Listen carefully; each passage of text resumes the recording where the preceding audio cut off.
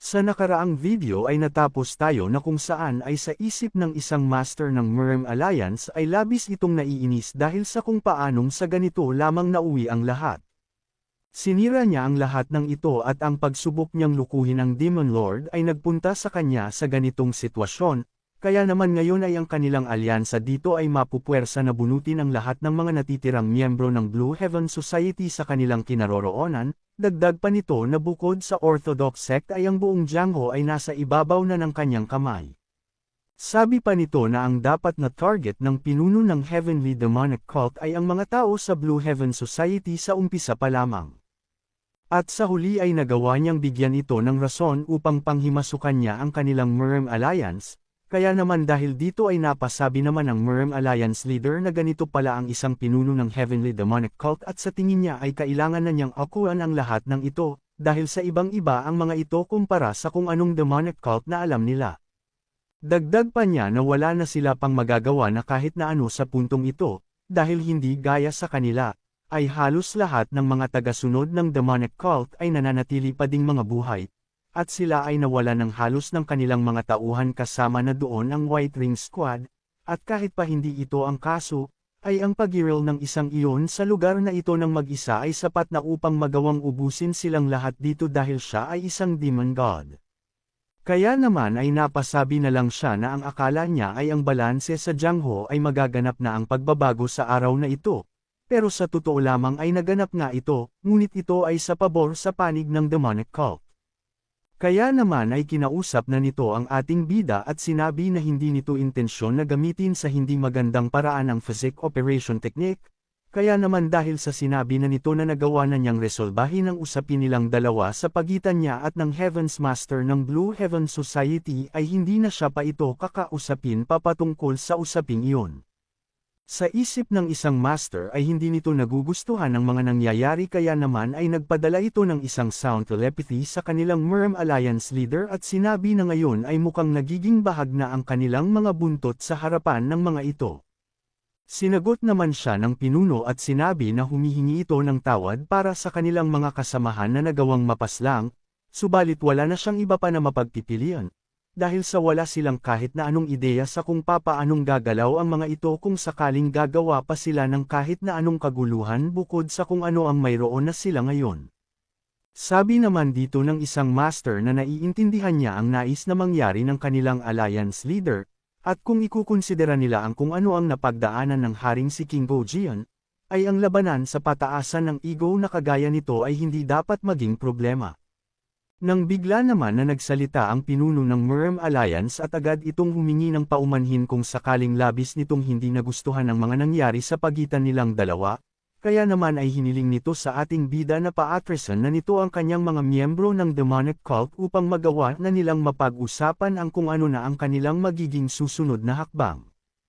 Dahil sa hiling ng pinuno ng Murem Alliance leader ay agad naman na nagbigay ng senyales si Xian Yuan upang umatras na ang lahat ng mga kasamahan nito, na agad naman na sinang-ayunan ng lahat. Matapos na mapatigil ang mga ito ng ating bida, ay nakahinga naman ng maluwag ang ibang mga miyembro ng Murem Alliance dahil sa ang akala nila ay maging sila ay mapapaslang din sa lugar na ito. Sa isip naman ni Xian Yuan na nagawa na nilang maitulak ang mga ito sa kanilang hangganan kaya naman ay sa tingin niya na tama na dito na muna ito huminto patungkol sa kanila. Dahil sa nagawa naman na nilang manalo sa digmaang ito, ngunit hindi ito gaya ng kung papaano nilang nagawang supilan ang lahat ng mga miyembro dito ng Supreme Saber of Six Martial Arts Sect, dahil sa ang Unorthodox Alliance ay hindi pa nawalan ng malaking bilang ng kanilang mga mandirigma. Kaya naman ay walang dahilan pa upang sirain ang kanilang pakikipag-alyansa, sabi pa nito na ang kanilang alyansa ay sulit na gamitin. Sa kabilang banda naman sa Great Ming Empire Capital, kay Fengjinan Palace, ay habang ang lahat ay nakaluhod sa harapan ng Emperor, ay sa isip naman ng prinsipe na sa wakas ay nagawa na nitong makuha ang posisyon para sa susunod na tagapagmana ng posisyon, subalit ang mga bagay ay hindi pa siguradong malinaw kaya naman ay hindi nito mailabas ang tuwa na kanyang nararamdaman. Nang bigla naman na nagsalita ang Emperor, at tinatanong ang mga tagasunod nito na kung sa papaanong naging posible na ang isang organisasyon lamang sa Jiangho ay nagawang makakuha ng mga pampasabog na dapat ay sila lamang ang mayroon. At galit nitong sinabi na bukod doon ay nagawa pa nilang maitanim ang lahat ng iyon sa ilalim ng kanilang nasasakupan, at sinubukan na gumawa ng nakakatakot na plano na kung saan ay ang tagapagmana ng kanyang trono at ang mga civil servant ng palasyo ay dapat na nando doon. Kaya naman ay napasabi na lang ang emperor na ang mga ito ay mga kaaway at hindi siya dapat na nakaupo lamang dito at walang gawin na kahit na ano. Kaya naman ay inutusan nito ang commander ng Embroidered Uniform Guard na kuhanin nito ang kanyang mga puwersa at puksain ng grupo ng Supreme Saber of Six Martial Arts Sect. Matapos na matanggap ang utos ng Emperor, ay si Bekjagi na siyang commander ng Embroidered Uniform Guard ay sinimulan ang kanilang paglalakbay patungo ng Tangshu Country kasama ng Southern Military General na si Yon Namgon at ng 10,000 nilang mga puwersa, at ito ay isang pagdedeklara ng digmaan laban sa puwersa ng Jiangho. Subalit nang nangyari ang hindi nila inaasahan, gulat na napapatanong ang Emperor na kung talaga ba na ang mga ito ay nagsisiatrasan na dahil sa ilang oras lamang ang nakalipas nang mula nang umalis ang mga puwersa nito sa palasyo, nang bigla naman na sinabi ng isa nitong tagasunod na nais siyang makausap ng commander na si Bekjagi, na agad naman niyang pinahintulutan. Matapos na makapasok ay agad naman siyang bumati dito, nang bigla naman siyang tinanong ng Emperor na kung bakit nito pinabalik na ang kanyang mga tauhan matapos ng ilang oras pa lamang na nakakalipas matapos niyang paalisin sila upang magtungo doon.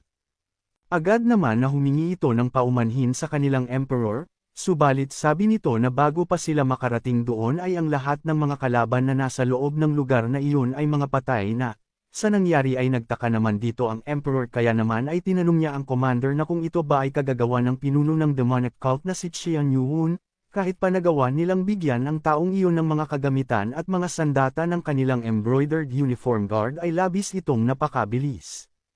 Sabi nito na upang magawa nilang makapunta sa lugar ng mabilis ay ipinadala na nila ang Southern Military General kasama ng ilan sa mga Embroidered Uniform Guard upang tignan ang sitwasyon doon. Nang ang Southern Military General at ang emisaryo ay umalis, ay mayroong ilang mga Embroidered Uniform Guard ang nagpaiwan at ang kanilang commander ay ibinalita ang lahat ng kanyang mga narinig mula sa kanila. At nang magawang marinig ng lahat ang kwento patungkol sa naganap sa lugar na iyon, ay ang Emperor at ang mga civil servant ay pinagdudahan ang kanilang mga narinig. Napatanong ang isa na kung talaga ba na posible na magawa ang ganon, at ang ibig sabihin lamang nito na ang demonic cult leader na si Qian Yuhun ay nagawang paslangin ang lahat ng siya lamang na mag-isa. Maging ang Emperor ay hindi makapaniwala na ang taong iyon ay lumipad sa himpapawid at inubos ang lahat gamit lamang ang mga matatalim na espada na parang mga kidlat sa kalangitan. Sabi din ng isa na hindi niya labis na maintindihan ang mga naririnig niya, dahil sa paanong ang isang tao lamang ay may kakayahang gawin ang mga bagay na iyon. Sa isip naman ng prinsipe ay labis siyang namamangha sa mga naririnig niyang kakayahan ng isang Qian Yuhun, kaya naman ay napasabi na lamang siya na mabuti at nagawa niyang makipag-alyansa sa isang iyon sa umpisa pa lamang. Matapos ay nagsalita naman ang commander at sinabi na ito ang dahilan ng kanilang pag-atras. Sa nangyari ay hindi naman natutuwa ang Emperor sa mga kaganapan sa lugar na iyon. Sa isip ng commander na sigurado siya na maging ang kanilang emperor ay nagulat din sa kanyang ibinalita, dahil sa ang isang iyon ay isang halimaw na nagawang lagpasan ang limitasyon ng isang tao, at ang kagaya niya ay banta para sa kanyang posisyon, at mukhang mas nakakaramdam na ito ng matinding takot kumpara noong una niyang nakaharap ito.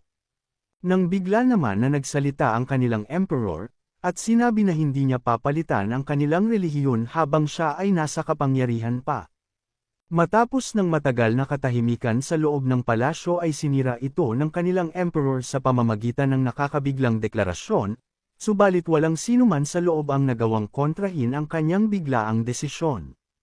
Makalipas ng 2 linggo matapos ng Dano Festival, ay hindi din nagtagal ay ang balita sa kung ano ang nangyari sa Dano Festival ay agad na kumalat sa buong Zhongyuan. Ang Orthodox Murim Alliance ay inanunsyo na sila ay nakipagtulungan sa Heavenly Demonic Cult upang magawang mapahinto ang Supreme Saber of Six Martial Arts Sect at ang plano ng Unorthodox Alliance. Ngunit ang ginawa nilang iyon ay upang maiwasan ang matinding kahihiyan, ngunit ang mga iyon ay walang saysay dahil sa napakadaming tao ang direktang nakasaksi sa kung ano ang mga nangyari.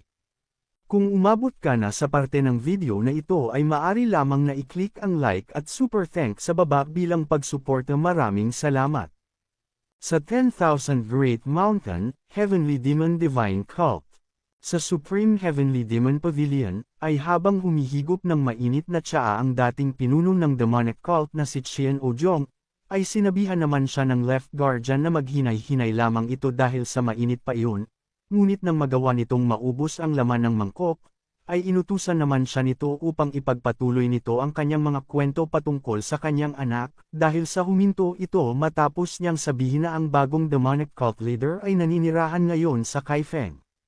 Sabi nito na ang kanilang bagong demonic cult leader ay kasalukuyang abala sa mga gawain sa kanilang sangay sa Kaifeng. Sa nangyari ay nabigla naman dito si Qian Ojong dahil sa ang kalahatan ng Kaifeng ay naging teritoryo na din ng kanilang demonic cult at hindi siya makapaniwala para sa bagay na iyon, kaya naman ay tinanong nito ang Left Guardian na kung ang Orthodox Murem Alliance ay tinanggap lamang iyon ng ganun kadali. Masaya naman na sinabi nito kay Qian Ojong na wala silang mapagpipilian pa, at wala kahit na ano. Sabi pa nito na ang Great Ming Empire ay lubos na hinikayat at sinuportahan ang Heavenly Demon Divine Cult sa pagpapalit ng kanilang national religion bilang kabilang sa mga ito, at mayroong isang imperial decree na kung saan ay pinahihintulutan ang Heavenly Demon Divine Cult na magtayo ng kanilang sangay sa loob ng kapital, ang Kaifeng. Ang Murem Alliance ay nag-anunsyo na tatanggapin nila ang desisyon bilang pagbibigay ng respeto para sa emperador at sa kanilang pakikipag-alyansa sa palasyo. Ngunit ang pagkakaroon ng pagkawala ng halos 30% ng kanilang puwersa kasama ng mga namatay na matataas nilang master na nagawang sumali sa Blue Heaven Society, ay naisip nila na wala na silang pagpipilian pa kung hindi ang tanggapin ang kanilang sitwasyon. At dahil din sa pagkakaalam nila na maari silang mapalibutan ng kanilang mga kaaway sa palibot ng kanilang teritoryo kapag sisirain nila ang kanilang mga pakikipag-alyansa. Masayang sinabi ng Left Guardian na ang lahat ng ito ay dahil sa kanilang cult leader na si Qian Yuwun. Dahil sa ipinakita nito ang kanyang nakakamanghang martial prowess sa digmaan, sa isip naman ni Qian Ojong na halos 3 araw pa lamang mula nang siya ay nagising ngunit hindi pa din siya gumagaling dito. Ang kanyang mga alaala ay nagkapira-piraso na matapos niyang labanan ang pinuno ng Supreme Saber of Six Martial Arts Sect, ngunit sa dami ng mga nangyari habang siya ay wala sa kanyang sarili, ay labis siyang namamangha.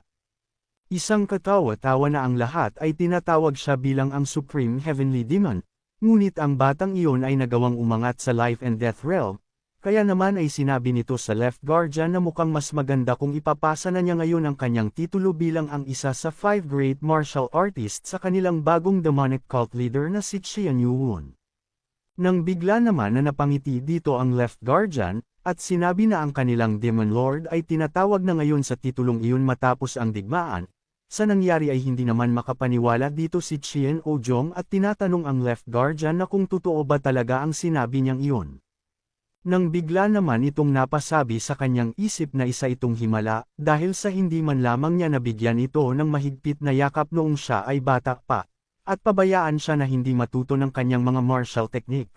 Ngunit ngayon ay nagawa niyang makaangat sa ganitong martial realm kahit na sa mura nitong edad, kaya naman ay napasabi ito sa kanyang namayapang asawa na labis niyang ipinagmamalaki ang kanilang anak na si Qian Yuwun. Nang bigla naman itong natigilan dahil sa naramdaman nito na kanina pa siya pinagmamasdan ng Left Guardian. Kaya naman ay bigla na lang siyang napasabi na kung ganun ay dapat ay magkaroon siya ng sarili niyang titulo para doon. Ngunit sinabi naman dito ng Left Guardian na nagawa ng makuha ng kanyang anak na si Qian Yuwun ang pinakamagandang titulo na dapat na makuha sa loob ng kanilang demonic cult. Nagtaka naman dito si Qian Ojong kaya naman ay tinanong nito ang Left Guardian na kung ano ang tinutukoy nitong titulo. Masaya nitong sinabi na ang titulo na iyon ay ang Demon God, siya ay tinatawag na sa kanilang demonic cult bilang ang Demon God. Sa nangyari ay bigla naman siyang nanginig sa pagkakarinig nito sa pangalang Demon God. Kaya naman ay sa isip nito ay namamangha siyang napapasabi na ang kanyang anak ay naging ang ikalawang cult leader na nakatanggap ng titulo na iyon matapos ng kanilang founding Heavenly Demon. Kaya naman kung gusto mo na masubaybayan ang ating kwento ay i-open mo lang ang notification bell pagkatapos mo na mag-subscribe.